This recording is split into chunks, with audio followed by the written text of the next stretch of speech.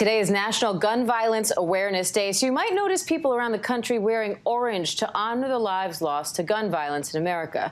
According to Survey USA, 58% of American adults or someone they care about have experienced gun violence in their lifetime, and approximately 3 million American children witness gun violence every year.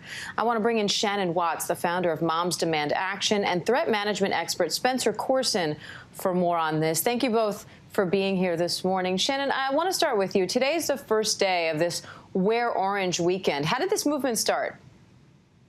You know, it started back in 2015, and if you remember, Hadiya Pendleton, she was a teenager who was shot and killed in Chicago, and her friends wore orange in her honor. It's the color that hunters wear to protect themselves and others when they're hunting, and it really became a campaign and a phenomenon. And so now, every year, the first weekend in June, people wear orange really to honor those whose lives have been stolen by gun violence or people who've been wounded by gun violence, and to call for an end to this crisis. And if people want to find an event near them this weekend, they just text the word orange to 64433. And forgive me for not wearing orange this morning. I get dressed with a toddler hanging on me, so sometimes it's a wonder I get dressed at all. Spencer, I know you wrote a book called The Safety Trap, A Security Expert's Secrets for Staying Safe in a Dangerous World. You say you are never more in danger than in those moments when you feel you are safest. Can you explain that? Absolutely. The biggest misnomer between safety and security is that safety is a feeling, but security is a state of being.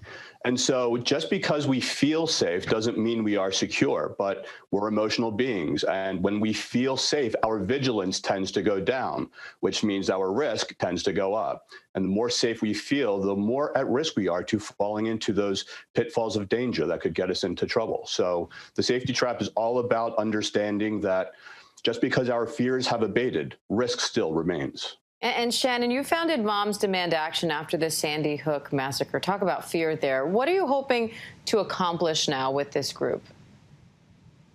Well, it's important to remember that 100 Americans are shot and killed every single day, and over 200 are wounded. And there are about 400 million guns in America. If guns made us safer, we'd be the safest country in the world. Instead, what we've seen is an increasing rate of gun homicide, about 25 times more than any other peer nation, and exacerbated gun violence, particularly during COVID, right? This is an epidemic within a pandemic. But sadly, as the violence has grown, so has the movement to stop it. Thankfully, that we are really going toe-to-toe with the gun lobby and getting other Americans off the sidelines. We're educating people and organizing them and advocating and rallying for safer communities. And we're winning. You know, it's important to remember that I know everyone wants this cathartic moment in Congress we're all waiting for, but we are winning in state houses and boardrooms and city councils and school boards. And it really is important for everyone to join the movement. And that's really what Wear Orange Weekend is all about. And so, Spencer, while all these people are trying to work on sort of solving the larger issue of eliminating or at least reducing this violence, what can we do as individuals to protect ourselves in a threatening situation?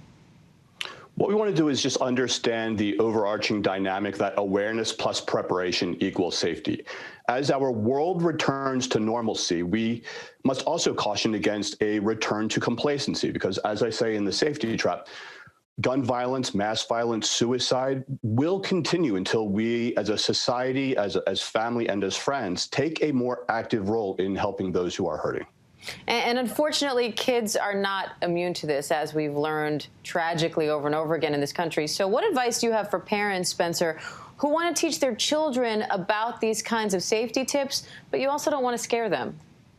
Absolutely. Make safety fun, not scary.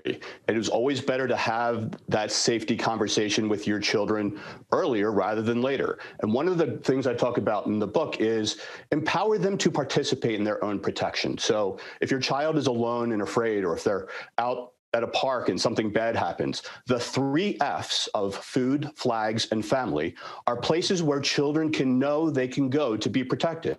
Anyone with a flag on their uniform or in front of a building is a safe place for them to go. Places that are selling food have, like restaurants or the ice cream stand, have been vetted and permitted. They've had background checks. And also, if they see other families, other adults with children, those are good places for children to go to get help.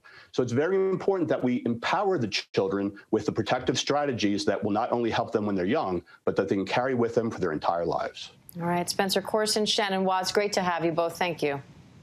Thank you. Thank you. Hi, everyone. George Stephanopoulos here. Thanks for checking out the ABC News YouTube channel. If you'd like to get more videos, show highlights, and watch live event coverage, click on the right over here to subscribe to our channel. And don't forget to download the ABC News app for breaking news alerts. Thanks for watching.